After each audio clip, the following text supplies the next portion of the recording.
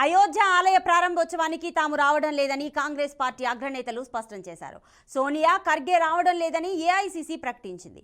అయోధ్య రామ మందిర ప్రారంభోత్సవ ఆహ్వానాన్ని తిరస్కరిస్తున్నట్లు స్పష్టం చేశారు.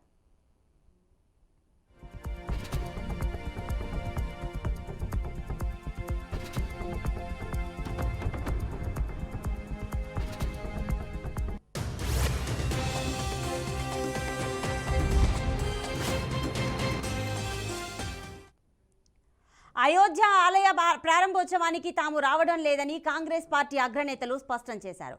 సోనియా, ఖర్గే రావడం లేదని ఏఐసీసీ ప్రకటించేసింది.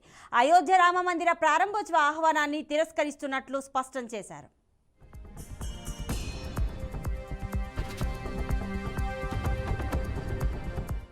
ఇక ఇదే అంశానికి సంబంధించిన పూర్తి డీటెయిల్స్ మా ప్రతినిధి అశోక్ అందిస్తారు. అశోక్, చెప్పండి.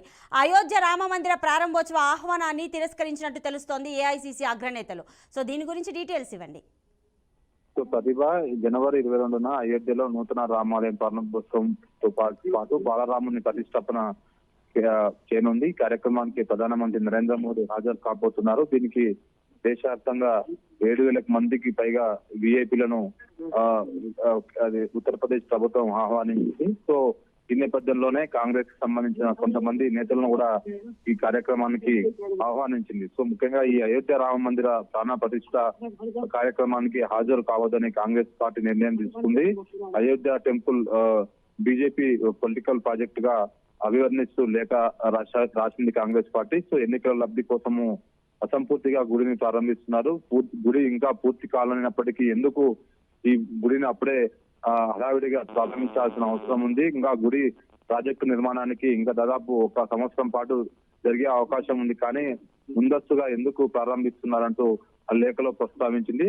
సో సుప్రీంకోర్టు తీర్పును మేము గౌరవిస్తున్నాం. సుప్రీంకోర్టు నిర్ణయం ప్రకారం మేము ముందుకెళ్తాము.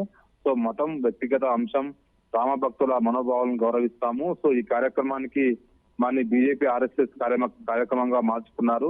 సో ఆ విధంగా వాళ్ళు ప్రచారం కూడా చేసుకుంటున్నారు. కాబట్టి ఈ కార్యక్రమానికి వెళ్ళొద్దంటూ కాంగ్రెస్ నాయకులు భావిస్తున్నారు. సో అయితే ఈ కార్యక్రమానికి సోనియా గాంధీ, మల్లికార్జున్ ఖర్గే, అధిరంజన్ చౌదరి, అదేవిధంగా రాహుల్ గాంధీ, ప్రియాంక గాంధీ సంబంధించిన ఇతర నేతలు కూడా హాజరు కాలేనట్లు ఏదైతే జయరాం రమేష్ ఏఐసీసీ ప్రధాన కార్యదర్శి ఒక లేఖలో విడుదల చేశారు. సో మొత్తానికైతే ఈ రామ మందిర ప్రాణ ప్రతిష్ఠ కార్యక్రమానికి కాంగ్రెస్ నాయకులు ఎవరు హాజరు కావట్లేదు. సో ఇక్కడ వేరే రాష్ట్రం సంబంధించిన ముఖ్యమంత్రులు కూడా ఎవరు హాజరు కావద్దంటూ లేఖ రాశారు. దీనికి ప్రధాన కారణము బీజేపీ ఆర్ఎస్ఎస్ సంబంధించిన వాళ్ళు దీన్ని వాళ్ళ కార్యక్రమంగా ప్రచారం చేసుకుంటున్నారు. ఎన్నికల లబ్ధి కోసమే ఈ ప్రాజెక్టును హడావిడిగా ఓపెన్ చేస్తున్నారంటూ వాళ్ళు లేఖలో ప్రస్తావించారు. సో మొత్తానికైతే దీనికి వెళ్ళొద్దంటూ కాంగ్రెస్ నాయకులు లేఖ రాశారు. ప్రదీప.